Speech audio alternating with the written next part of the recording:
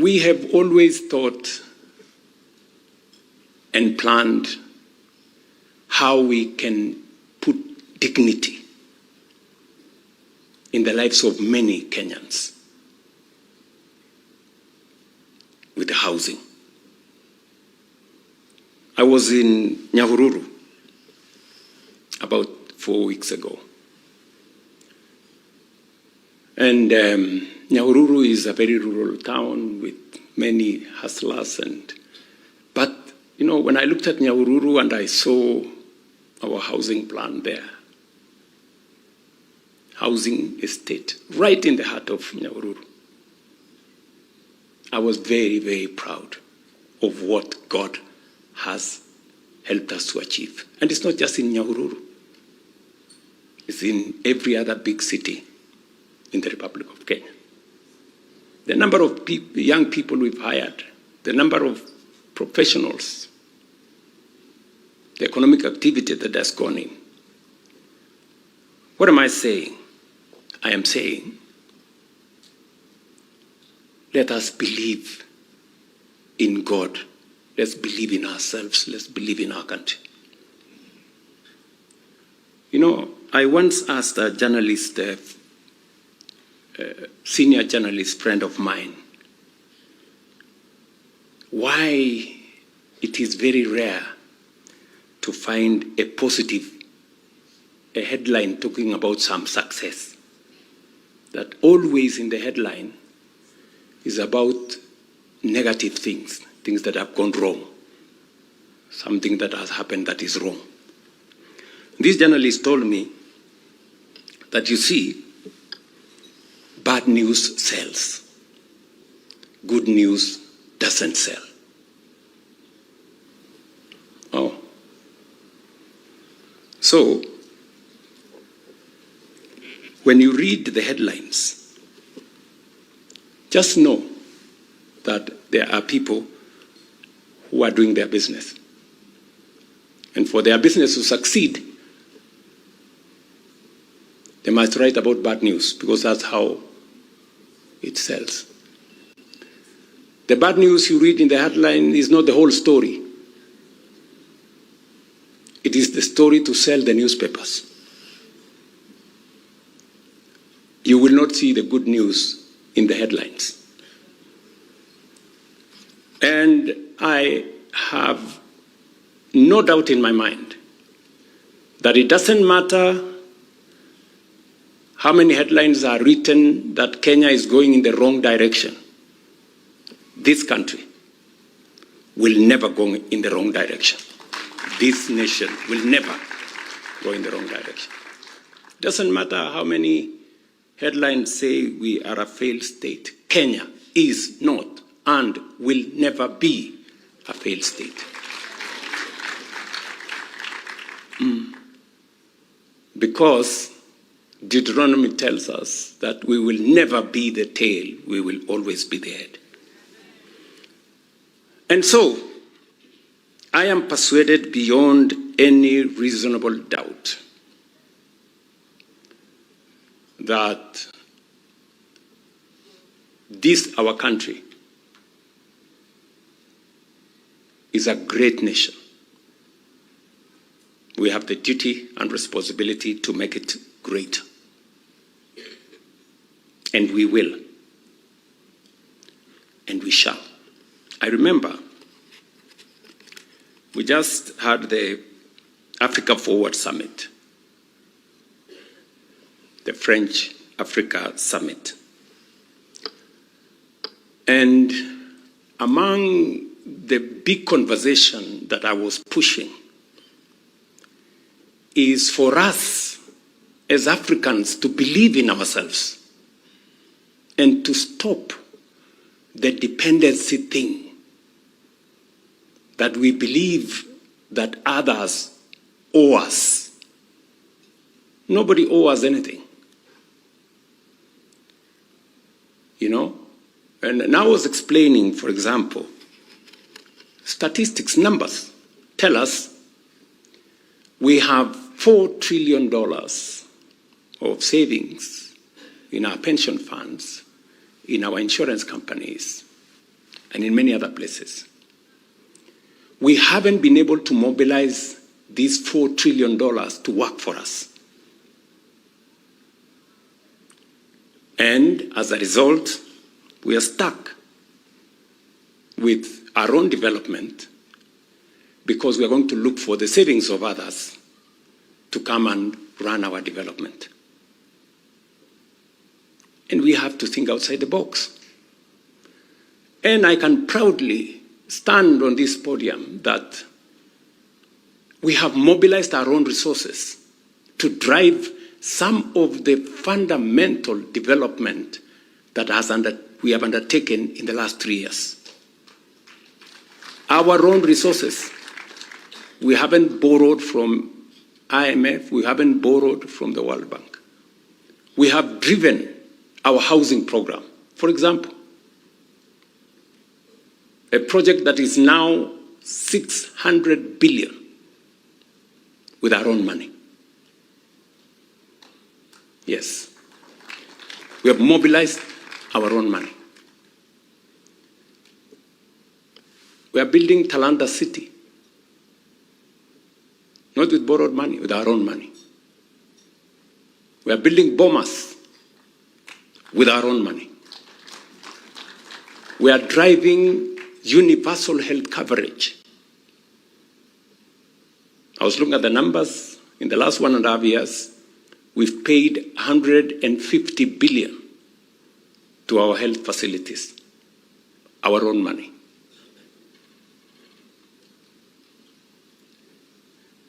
Let us believe in ourselves. Let us believe in our country. That's what I tell the citizens of our nation.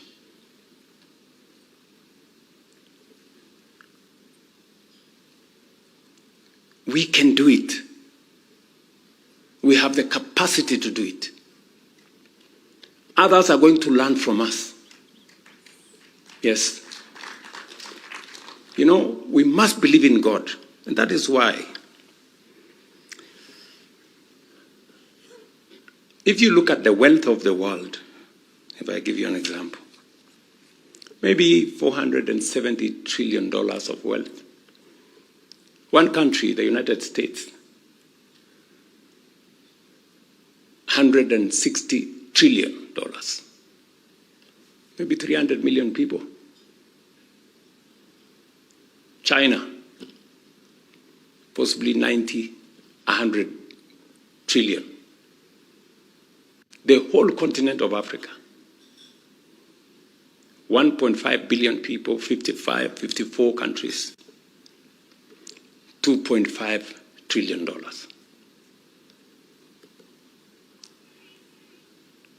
And you know, the reason why the United States is what it is because in every place you go, they say, in God we trust. In God we trust. If you look at their currency, if you look at their, in God we trust. Yes. So, tumwamini Mungu na tujiamini na tuamini taifa letu la Kenya. This is our nation. Let us never pretend for once that anybody is going to surrender their country to us. We will not, nobody.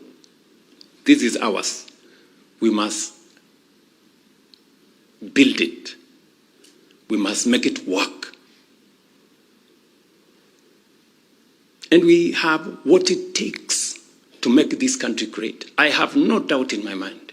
We have what it takes to make this country a great place for all of us and our children. I had an opportunity to meet with our transport sector leaders last week on the fuel crisis.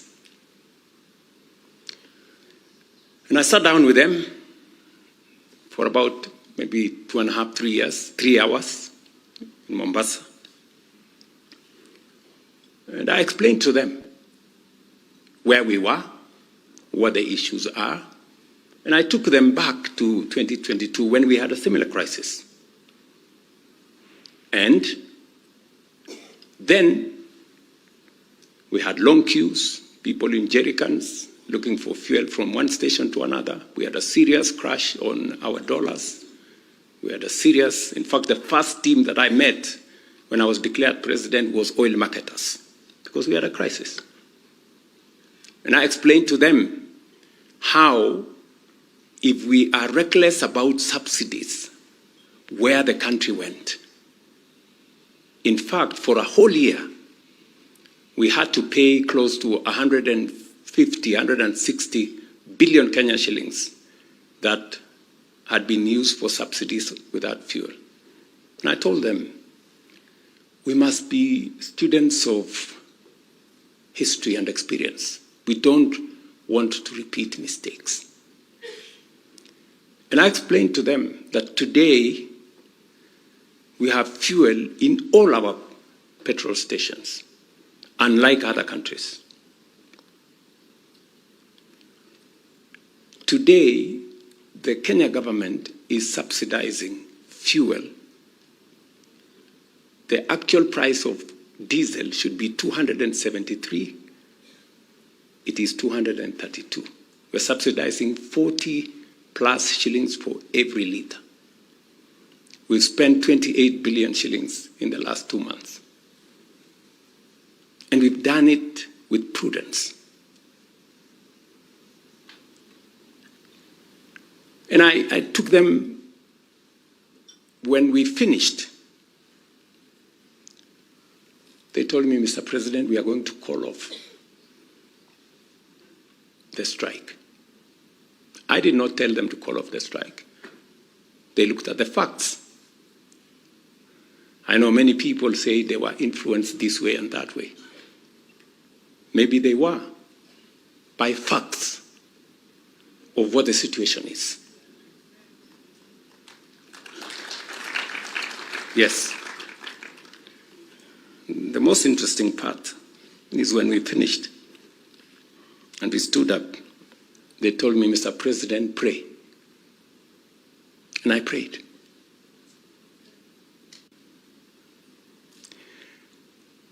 So, this is what it is. And this is who we are. And I want on this prayer breakfast to say that we must never underestimate what a country that believes in God, that believes in itself, can achieve. We must never underestimate. Today we are doing many things. In fact, I did send a proposal to Treasury that because we have found a way to do many other things differently from how we have done it before, we found a way of how to build our infrastructure without burdening our budget. We are building Mau Summit Road without our budget. I told them it's time for us to look at how we can slow down on especially the low income earners and remove some taxes from them. The Treasury came back, some people there in the Treasury came back and said, oh, Mr. President, you know, this is going to be very big, you know, it's going to cost us 40 billion shillings in this budget. I told them, let's do it. Let's do it. And that is why we will be putting a proposal before Parliament to say all the low-income earners, the people who earn up to 24,000, They've been paying pay-as-you-earn at 10%. We're saying they will not pay anymore. We are saying, in fact, that category should be moved to anybody who is earning 30,000 and less. They will not pay any taxes. Because we're beginning to think, plan, innovate differently so that we lighten the burden and use much more innovative ways of driving our development. And it's because we are blessed with a nation that has huge resources, human resource, people who can think, people who can plan.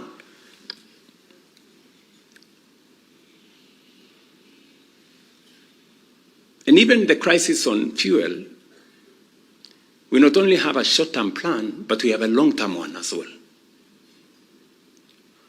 We have found the mechanism how to get our fuel in Turkana and those in the rest of the region to be refined here in our region. When I sent my team about 6 months ago to look around, they came across Aliko Dangote and what he's doing. They came back to me, and I reached out to President Museveni, and I have reached out to colleagues in this region, and we have agreed. And this year, we are going to start building the refinery here. I had a chat with Mr. Dangote yesterday, and he was telling me how much resistance has been built by the people we are buying fuel from now, because they want us to continue buying their fuel. You know? So, but we have to make those decisions that will change our country, that will transform our country. And I want to tell you, some of the time, we have to forgo convenience, temporary convenience for long-term transformation. And that's how we're going to build this great nation. Finally,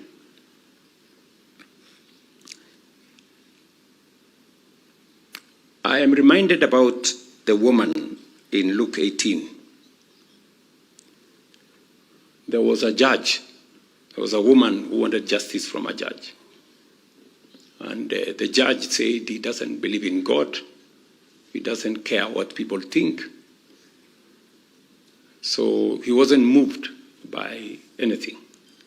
But he crumbled on one thing: persistence. This woman kept going and asking until this fellow said, for me to have some peace, let me do what this woman wants. We have to persist. We have to keep at it. We cannot give up. We must not lose hope. We must keep at it until this country changes. And it will. I have no doubt in my mind, it will. And just for your comfort,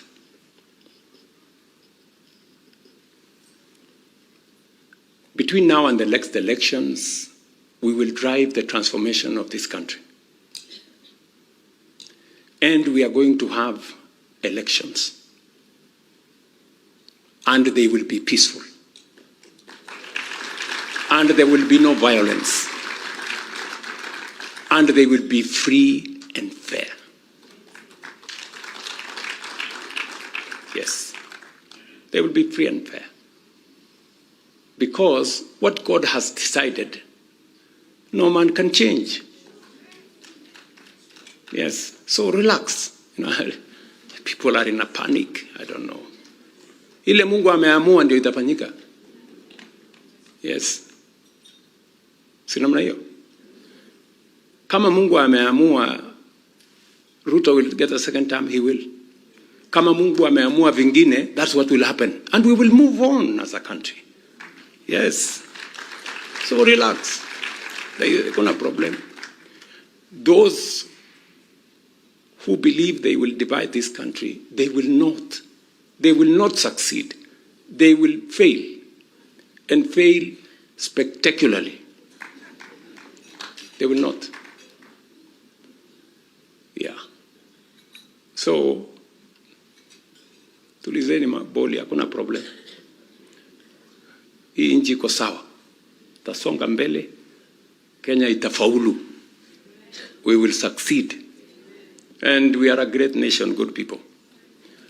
If I had an option and I was given a chance which nationality to be born, I would want to be born in Kenya. Yes, we have a great country. So, wacha nisiseme kuzidi hapo.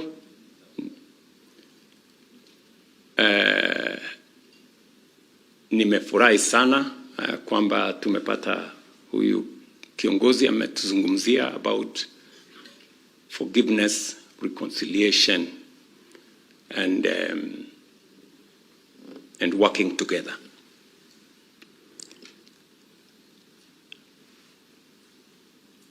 To all our friends in Kenya, we are very warm people. You know, we respect others. We work with all nations, and we want to be the nation that, you know, does the right thing. And so, ndugu zangu wa Kenya, I do not wish to say more than that. I am truly happy that we have come here to pray and just to assure everybody that we will move together, and we will build the bridges of friendship and brotherhood and succeed together. Asanteni sana, and God bless you.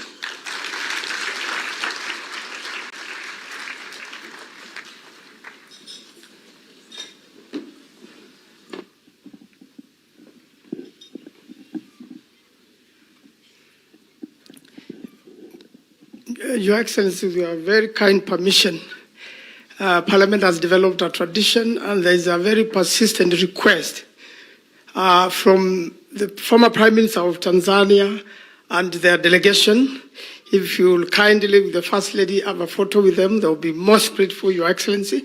Every time we go to Uganda, the President of Uganda calls our delegation. Last time you took a photo with the delegation from Uganda, but Your Excellency, with your very, very kind permission, the former Prime Minister of Tanzania and their members of Parliament have made that request. If you will be kind enough, we will appreciate that you take a photo with them. Then after that, we call upon the Right Honourable Wetangula to give a vote of thanks. The Speaker of the National Assembly and the co-patron of this prayer breakfast. Yet the rest of the people kindly be seated. And the Tanzanians, the former Prime Minister, is just behind the two security. Please allow him and his delegation to come. Thank you very much, Your Excellency. This former Prime Minister is really working very hard in Tanzania so that they can have an event like this. And then we look forward to work with them. Your Excellency, we're also very grateful for the Member of Parliament from South Sudan. He's really been traveling for a long time, and he got here almost in the morning. Welcome very much, South Sudan. Your Excellency, we set up a prayer breakfast there with a lot of hard work from the Honorable Pogisio. Thank you very much, Your Excellency.